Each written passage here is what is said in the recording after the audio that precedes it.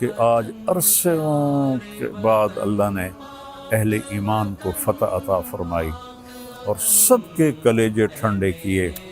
مجھے پتہ نہیں کہ یہ اس آپریشن کا نام کس نے رکھا ہے، بنیان مرصوص، سبحان اللہ، میں ان کو سلام کرتا ہوں جنہوں نے یہ نام رکھا ہے۔ اور آج اللہ تعالیٰ کا فضل ہے، اللہ نے ہمیں عزت دی۔ میں اپنی حکومت کو بھی مبارک دیتا ہوں، اپنی افواج کو بھی مبارک دیتا ہوں، اور ان شاہینوں کو مبارک دیتا ہوں جنہوں نے فضا میں اڑ کر جان ہتھیلی پہ رکھ کر ڈیتھ سرٹیفکیٹ پر دستخط کر کے، میں نے وہ ویڈیو دیکھی کہ ہمارے جوان ڈیتھ سرٹیفکیٹ پر آسان ہے سائن کرنا۔ تو آج کے میڈیا نے، چونکہ یہودیوں کے ہاتھ میں ہے، انہوں نے مسلمانوں کو کہہ دیا یہ دہشت گرد ہیں، ہندوؤں نے کہا آتنکوادی ہیں۔ تو میرے بھائیو، میں پوری دنیا کے انسانوں سے کہہ رہا ہوں، اسلام امن کا مذہب ہے، محبت کا مذہب ہے۔ ہم کبھی پہل نہیں کرتے، ہم کبھی پہل نہیں کرتے۔ اور ہندوستان والوں سے کہتا ہوں، اچھے ہمسائے بن کر رہو۔ ہمارے تو ہمسائے کے اتنے حقوق بتائے ہیں ہمارے نبی نے، یہ جس کی کوئی حد کوئی نہیں۔ آپ اچھے ہمسائے بن کے رہو تو ہمیں آپ سے کیا غرض ہے؟ آپ کا بھی نفع ہے، ہمارا بھی نفع ہے کہ ہم اس نفرت سے اور اس جنگ سے باز رہیں۔ جس نے اس آپریشن کا نام رکھا ہے بنیان مرصوص۔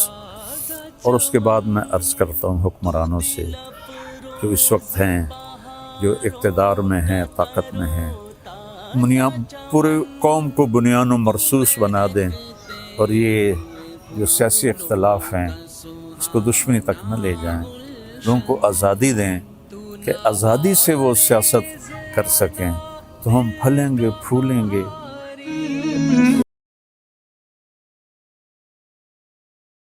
السلام علیکم ورحمۃ اللہ وبرکاتہ۔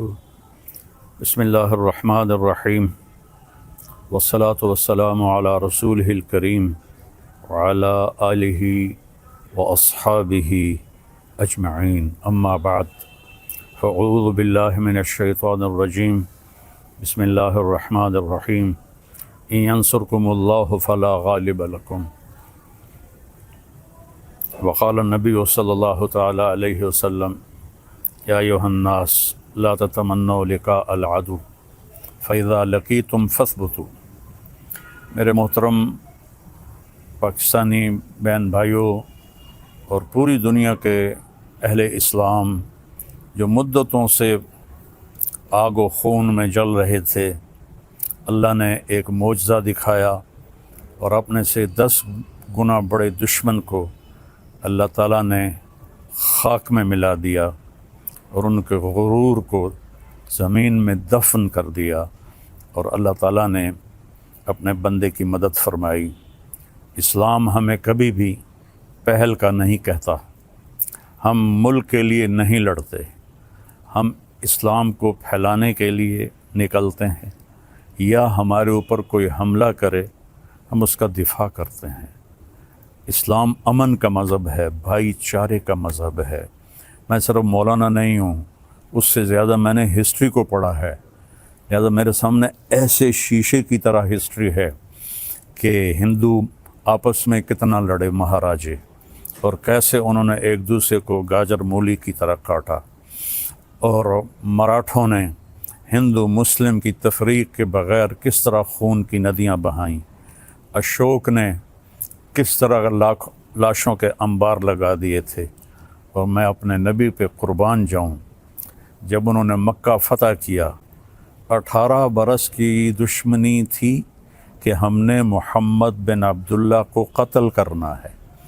یہ وہ لوگ نہیں تھے جو صرف سیاسی اختلاف تھا یا چھوٹی موٹی کوئی دشمنی تھی، اس درجے کی دشمنی تھی کہ اس کو قتل کرنا ہے۔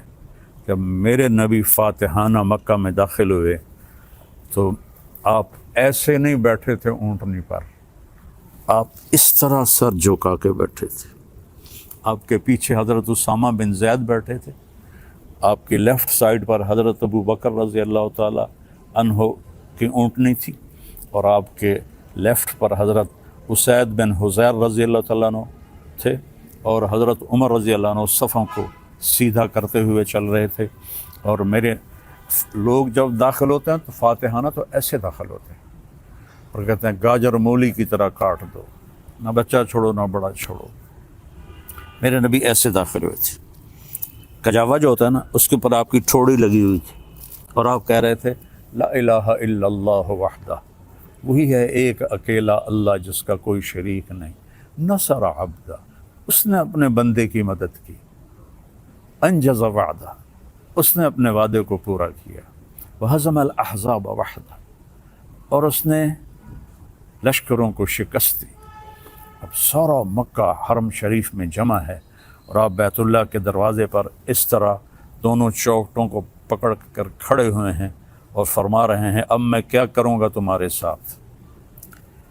خود قرآن کہتا ہے ان الملوک اذا دخلوا قریۃ افسدوها وجعلوا اعزۃ اہلها اذلۃ وکذلک یفعلون، بادشاہ جب ملک فتح کرتے ہیں عزت داروں کو ذلیل کر دیتے ہیں اور تباہ و برباد کر دیتے ہیں، لاشوں کے ڈھیر لگا دیتے ہیں۔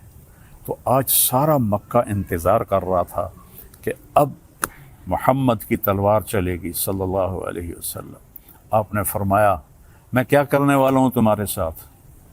تو سہیل بن عمرو ابھی مسلمان نہیں ہوئے، قریشی سردار ہیں، کہتے ہیں آپ بڑے سخی ہیں، سخی کے بیٹے ہیں، سخاوت کی امید ہے۔ تو آپ نے فرمایا جاؤ، جیسے یوسف علیہ السلام نے اپنے بھائیوں سے کہا تھا کہ تم آزاد ہو، تم پر کوئی جرم نہیں، میں تمہیں کہتا ہوں جاؤ تم آزاد ہو، تم پر کوئی جرم نہیں۔ سارا مکہ مسلمان ہو گیا آپ کی اس فیاضی پر، چونکہ یہ تاریخ میں ایسا کبھی ہوتا نہیں ہے۔ پھر آگے میں 2-3 واقعات سناؤں گا جس سے اسلام کا مزاج آپ کے سامنے آئے گا۔ دمشق پہ حملہ ہو رہا تھا جو شام کا کیپٹل تھا، اور جو رومن امپائر تھی اس کے 2 کیپٹل تھے، گرمیوں میں استنبول اور سردیوں میں انطاکیہ جو آج ترکی میں ہے، یہ اس وقت شام میں تھا۔ تو 2 طرف سے حملہ صحابہ نے کیا، ایک طرف سے خالد بن ولید، دوسری طرف سے ابو عبیدہ بن جراح رضی اللہ تعالیٰ عنہ۔ خالد بن ولید فتح کرتے کرتے کرتے ایک بہت بڑا گرجا تھا، اس کے آدھے تک پہنچ گئے تھے کہ ادھر سے ابو عبیدہ ایک دم آئے اور کہا تم تلوار چلا رہے ہو، میں نے تو ان کی صلح کی اپیل منظور کر رہی ہے۔ تو خالد بن ولید کو غصہ آ گیا، میں امیر ہوں، میری اجازت کے بغیر تم نے ان سے صلح کیوں کی ہے؟ کہ بس میں نے کر دی ہے، تمہیں نبھانا ہے۔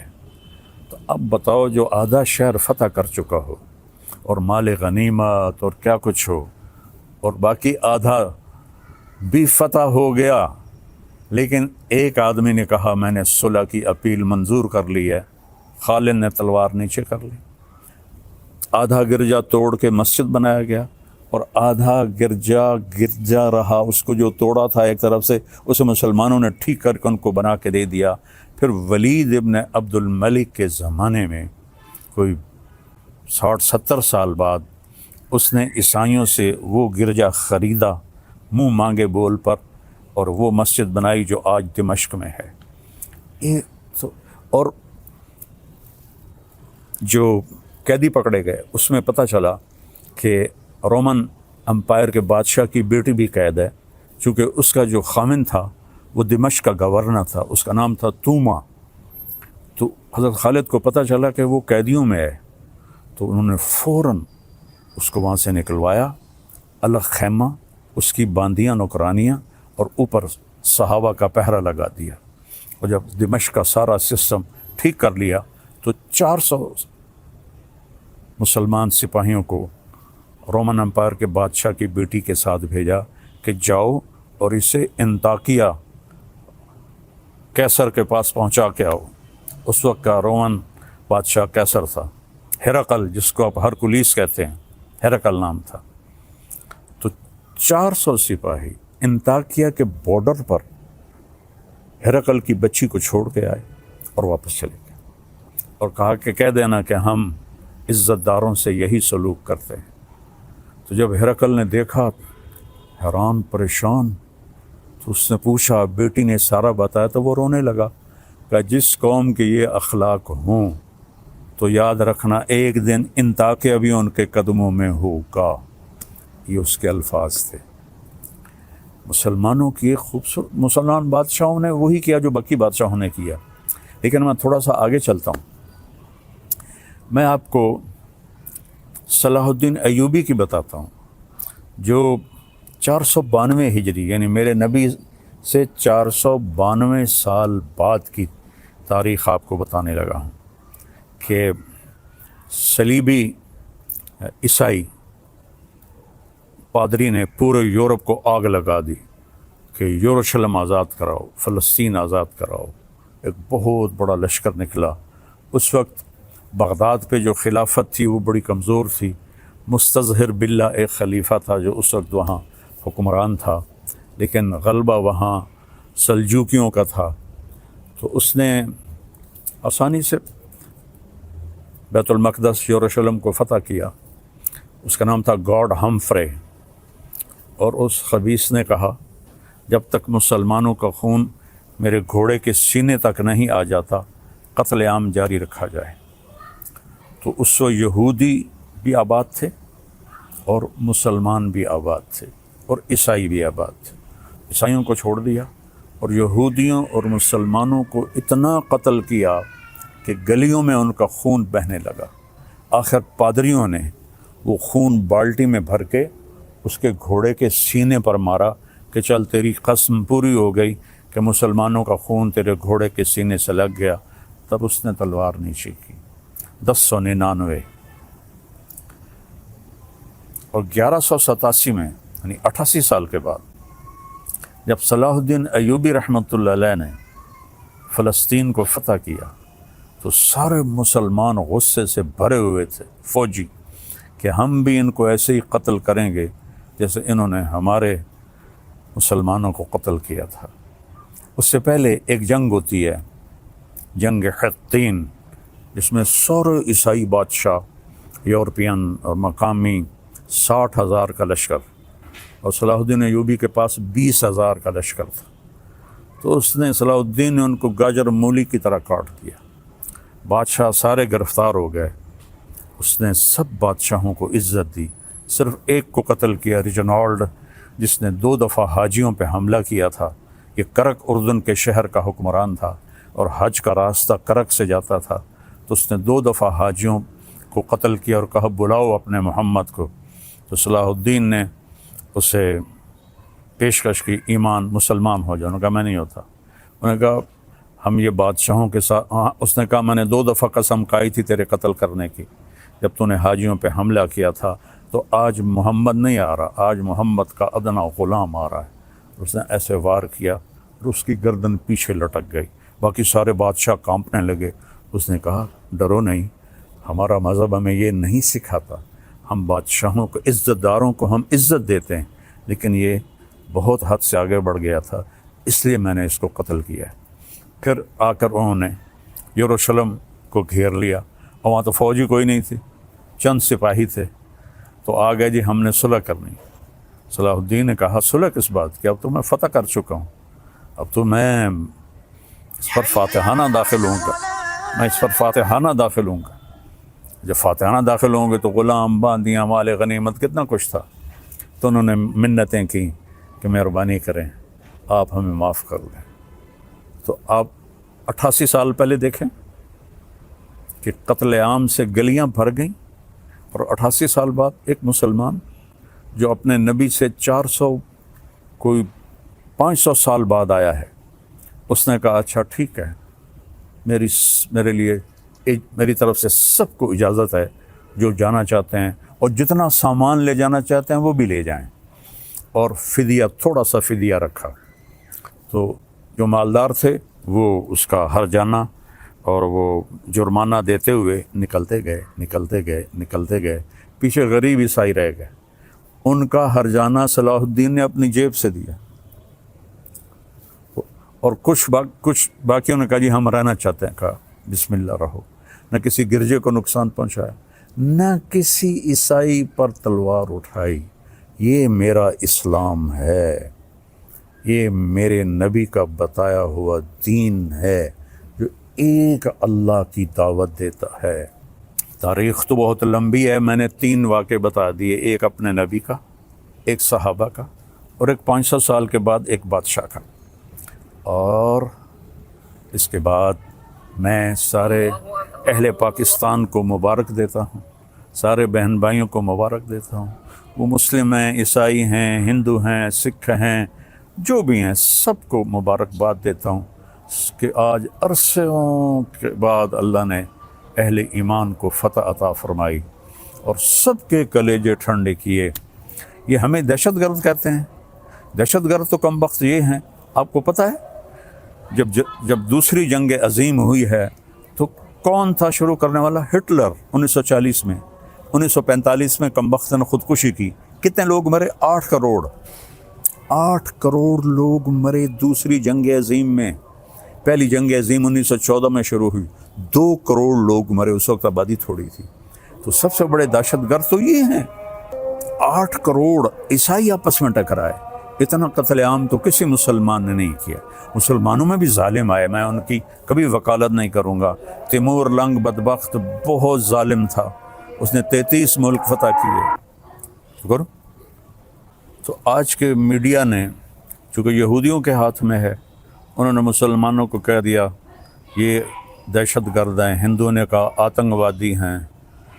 تو میرے بھائیو، میں پوری دنیا کے انسانوں سے کہہ رہا ہوں، اسلام امن کا مذہب ہے، محبت کا مذہب ہے۔ ہم کبھی پہل نہیں کرتے، ہم کبھی پہل نہیں کرتے۔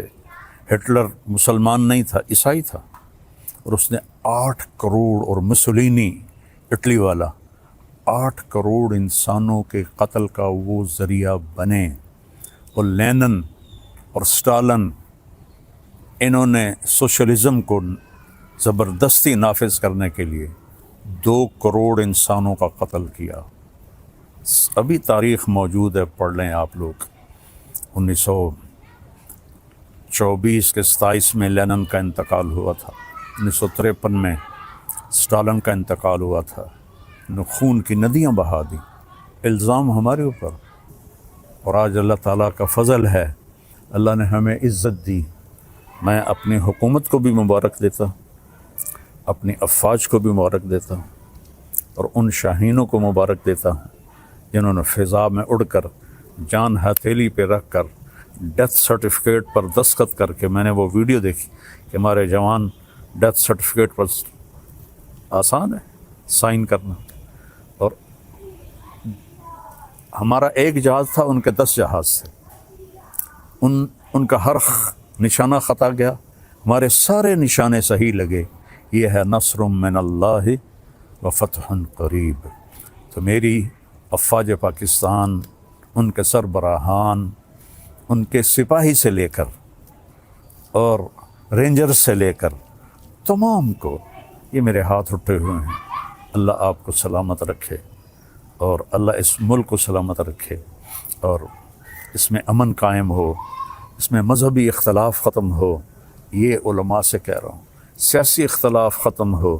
یہ سیاسی جماعتوں سے اختلاف تو رہے گا، دشمنی نہ ہو، دشمنی نہ ہو، ایک ہو کے رہیں۔ اور ہندوستان والوں سے کہتا ہوں، اچھے ہمسائے بن کر رہو۔ ہمارے تو ہمسائے کے اتنے حقوق بتائے ہیں ہمارے نبی نے کہ جس کی کوئی حد کوئی نہیں۔ آپ اچھے ہمسائے بن کے رہو، تو ہمیں آپ سے کیا غرض ہے؟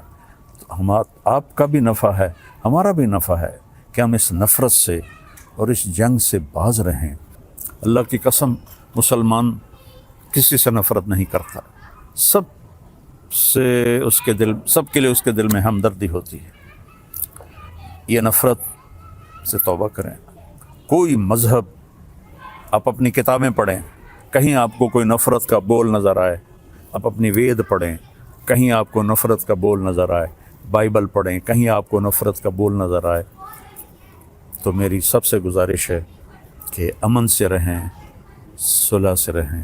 حکمرانوں سے اپیل ہے کہ یہ جو ایک سیاسی انتشار ہے، اس کو اللہ کے واسطے ختم فرما دیں، تاکہ ہم ایسے ہو کے رہیں جو میں پہلے تو اس کو سلام کرتا ہوں جس نے اس آپریشن کا نام رکھا ہے بنیان مرصوص، اور اس کے بعد میں عرض کرتا ہوں حکمرانوں سے جو اس وقت ہیں، جو اقتدار میں ہیں، طاقت میں ہیں، پورے قوم کو بنیان و مرصوص بنا دیں، اور یہ جو سیاسی اختلاف ہیں اس کو دشمنی تک نہ لے جائیں، لوگوں کو آزادی دیں کہ آزادی سے وہ سیاست کر سکیں، تو ہم پھلیں گے پھولیں گے، اور آخر تو ایک دن چلے جانا ہے، اللہ راضی ہوگا تو اللہ ہمیں موجیں کرا دے گا۔ اگر کوئی ظالم بن کے مر گیا تو پھر چاہے وہ مسلمان ہے اور چاہے وہ تہجد گزار ہے۔